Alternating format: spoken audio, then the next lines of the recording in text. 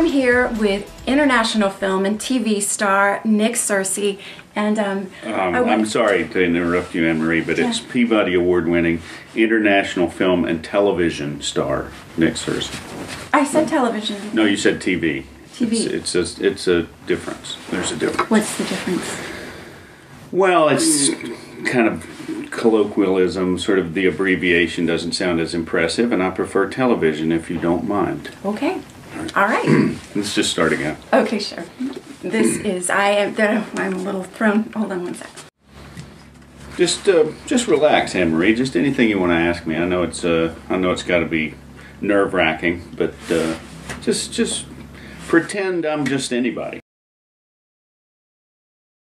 All right, I do want to bring to your attention, when it came out that I was going to be interviewing you today, I got emails from people kind of out of the woodwork. Oh, I'll bet. A lot of people that work with you now, yeah, and some people that have worked with you in the past. Mm-hmm.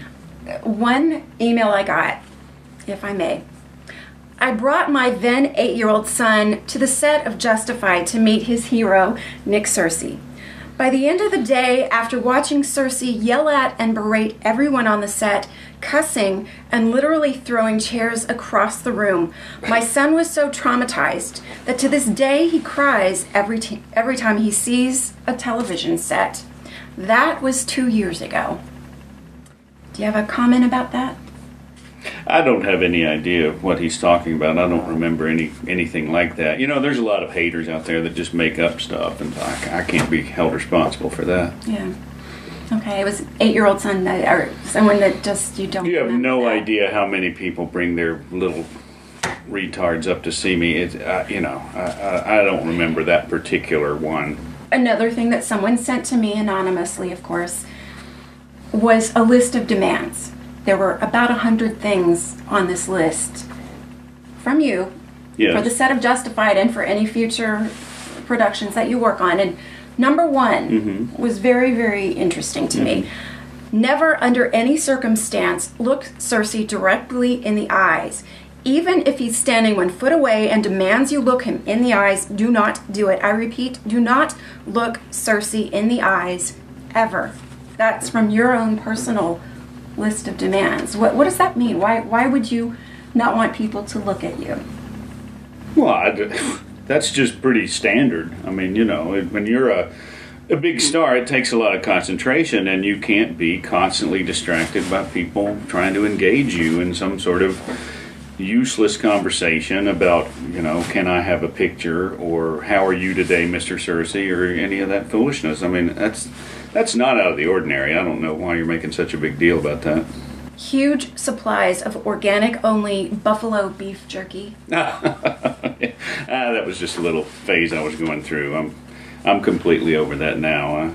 I found out that, you know, a lot of that organic stuff, it made me kind of irregular. So I've moved on from that. So. You also demand that there's a pipe organ inside your dressing room, and from what I've heard, it's enormous and the size that you would normally have in a church, and they had to cut off part of the roof of your dressing room in order to get this organ in your dressing room so that someone is there playing organ music every moment you're on the set. Why is that? Well, it relaxes. What about a CD? Maybe a CD instead of the actual.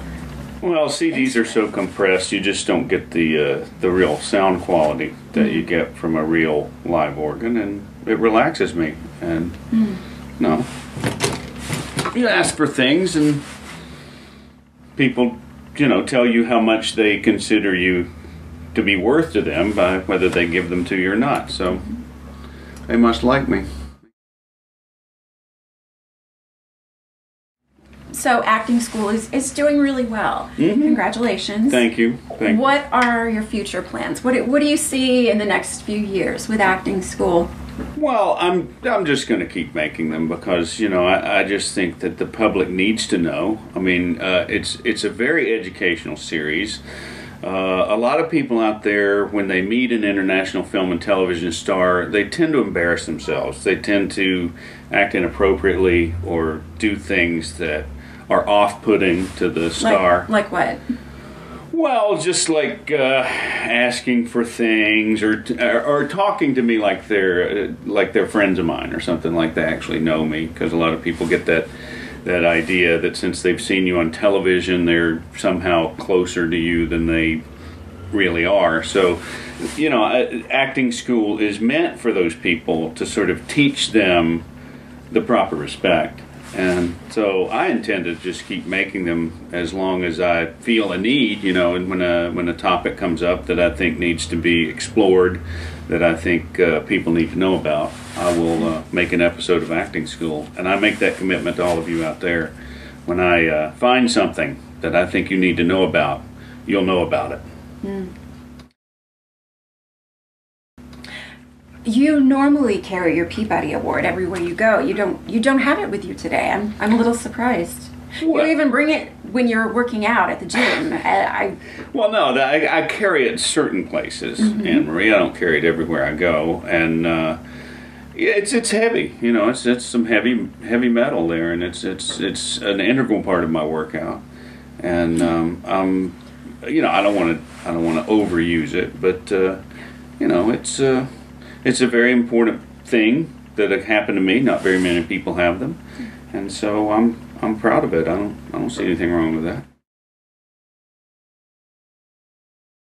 You know, the kind of things I look for in a movie script are you know, parts for 50-year-old men like me that involve very little running and a lot of sitting down, and so that's.